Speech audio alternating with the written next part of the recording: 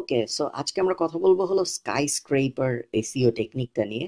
Sky scraper খুব popular একটা technique এবং আপনারা জানেন অনেকেই শুধু স্কাই স্ক্রেপার নিয়েও কোচিং টোচিং হয়, যেটা খারাপ না ব্যাপারটা, কারণ স্কাই স্ক্রেপার খুব পাওয়ারফুল টেকনিক যদি ঠিকমতো করা যায়। এবং যদি আপনি ঠিকমতো করতে পারেন তাহলে স্কাই স্ক্রেপার হতে পারে আপনার গেস্ট পোস্ট থেকেও বেশি বেনিফিট আসবে। ঠিক আছে, সো এগেইন সবকিছুর মতো আমরা হোয়াইট বোর্ড ইউজ করে প্রসেস খুব সিম্পল করে ফেলবো। সো আমাদের স্টেপ ওয়ান কি, টেক্সট ইউজ করি আমরা। Step one,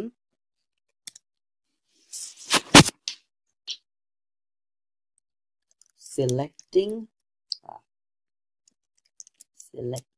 a backlink intensive topic.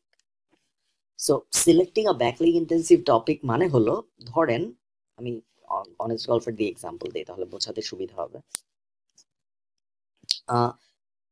ধরেন এখন আমাদের মেইন উদ্দেশ্য কি, আমাদের মেইন উদ্দেশ্য হলো ব্যাকলিঙ্ক পাওয়া, তাই না? এখন ব্যাকলিঙ্ক পাওয়া, ব্যাকলিঙ্ক মানে আমাদের মেইন উদ্দেশ্য হলো আমরা এই আমাদের ওয়েবসাইটের বিভিন্ন আর্টিকেলের জন্য, যে আর্টিকেল গুলাকে আমরা র্যাঙ্ক করতে চাই, ওই আর্টিকেল গুলার জন্য আমরা ব্যাকলিঙ্ক চাই। সো স্কাই স্ক্রেপারে আমাদের প্রথম স্টেপ যেটা, ওটা হলো আমরা একটা ইনফরমেটিভ কন্টেন্ট সিলেক্ট করব, এমন একটা কন্টেন্ট যে কন্টেন্টটা অনেক ব্যাকলিঙ্ক পায় সাধারণত। তো আমরা আমাদের ইনফরমেটিভ কন্টেন্টের সেকশনে চলে যাই। ইনফরমেটিভ কন্টেন্টের সেকশনে যে চলে আসলাম আমরা আমরা এই আর্টিকেলটা দেখি। এই আর্টিকেলটা কি নিয়ে? গলফ এটিকেট নিয়ে। এখন আমাদের প্রথম চেক হলো গলফ এটিকেট টপিকটা কি অনেক ব্যাকলিঙ্ক পায় নাকি পায় না। এটা জানার জন্য আমরা গলফ এটিকেট লিখে গুগল করব।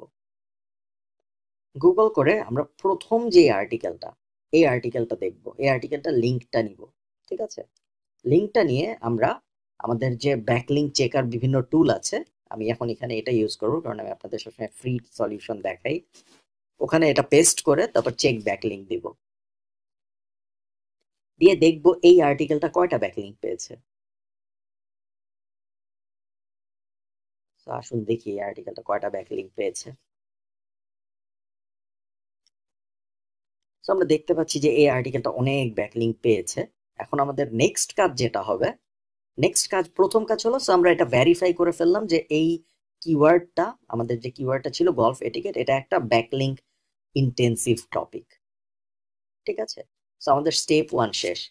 Step two, creating a better content. এখন আমাদের স্টেপ টু হলো এই কিওয়ার্ডটার জন্য এখন যেই কন্টেন্টটা র্যাঙ্ক করে আছে, এই কন্টেন্টটা, এই আর্টিকেলটা আমরা চলে যাব।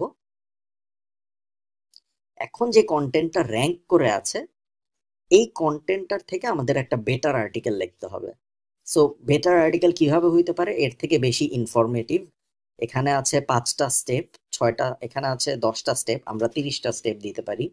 এরকম বিভিন্ন ভাবে বেসিক্যালি এই আর্টিকেল থেকে আরো বেটার আর্টিকেল।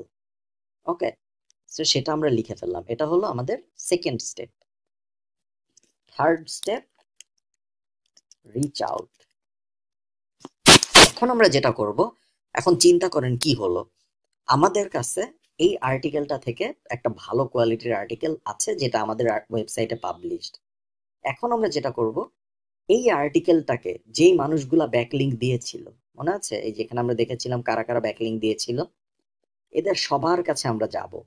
সব ওয়েবসাইট গুলায় আমরা ক্লিক করবো আস্তে আস্তে, এই যে সব ওয়েবসাইট গুলা, এর মধ্যে কিছু কিছু টুইটার টুইটার এগুলো তো আর আমরা করবো না, তাই না? আমরা মেইন ওয়েবসাইট গুলায় যাব। মেইন ওয়েবসাইট গুলায় যে আমরা প্রত্যেকটার থেকে কন্ট্যাক্ট ইনফরমেশন নিব। আপনারা অলরেডি জানেন কন্ট্যাক্ট ইনফরমেশন কিভাবে নেয়, সেটা আমি দেখালাম না। কন্ট্যাক্ট ইনফরমেশন নিয়ে আমরা মেইল করে বলবো যে hey, I was writing about golf, about a topic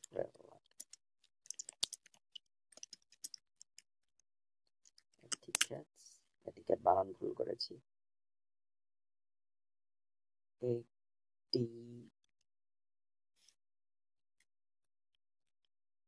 ATQUEES। So I was writing about a topic related to golf etiquettes on my blog and thought of doing some research. I saw that you gave, এরপর আমরা ওই আর্টিকেলটা যে আর্টিকেলটা আমরা replace করতে চাই এই আর্টিকেলটার link নিব, নিয়ে বলবো যে I saw that you gave a link to অমুক, সাইডে চলে যাচ্ছে, নিচে নিয়ে আসি, you gave a link to অমুক,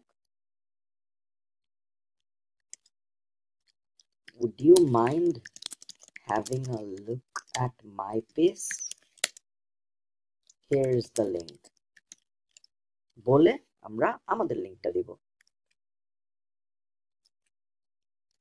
If you think this serves well to your audience, please feel free to add it as a reference. It would be awesome. হাবি যাবি। বেসিক্যালি আইডিয়াটা হলো, আপনি উনাকে মেইল করে বললেন যে তুমি তো ওকে ব্যাকলিংক দিছিলা, আমার এই আর্টিকেলটার থেকে আরো ভালো, এই কারণে ওকে ব্যাকলিংক যে দিছো এখন আমাকেও ব্যাকলিংক দাও।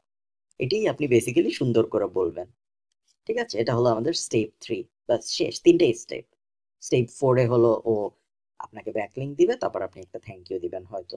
স্টেপ 4 এই পুরো প্রসেসটা হলো, আমরা এই পুরো প্রসেসটাকে আমরা এই যদি ঠিকঠাক মতো করতে পারি, সুবিধাটা, সবচেয়ে বড় সুবিধাটা হলো খরচ খুব কম, একটা কন্টেন্ট লিখতে হবে আপনার শুধু, এটা। এছাড়া আর তেমন কোনো খরচ নেই যদি আপনি ইমেল আউটরিচটা নিজেই করেন। এই তো মোটামুটি ব্যাপারটা এই। আমি মনে করার চেষ্টা করছি যে আর কি কি আমি বলতে চেয়েছিলাম যেগুলো আমি বলি নাই।